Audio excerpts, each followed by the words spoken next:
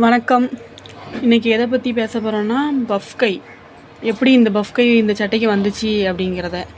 இந்த சட்டைக்கு உள்ள கஸ்டமர் 5 ப்ளவுஸ் கொடுத்தாங்க. 5 ப்ளவுஸில் இந்த ப்ளவுஸு திடீர்னு சனிக்கிழமை காலையில் ஃபோன் அடித்து சொல்லிட்டாங்க, எல்லா ப்ளவுஸும் சாதாரணமாக தைச்சிருங்க, இந்த ப்ளவுஸ் மட்டும் எனக்கு பஃப் கை வச்சுருங்க அப்படின்ட்டாங்க. நான் என்ன செஞ்சேன், எல்லா சட்டைக்குமே எல்போ கட்டிங் வெட்டி வச்சுருந்தேன்.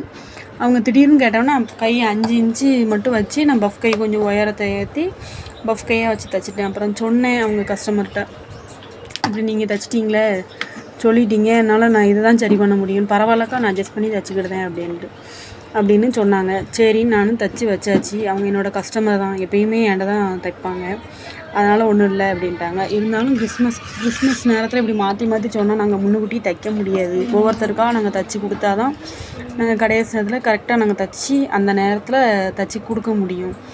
அதனால் எல்லோரும் முன்னுக்கூட்டியே அந்த மாடல் எல்லாத்தையுமே சொல்லிடுங்க.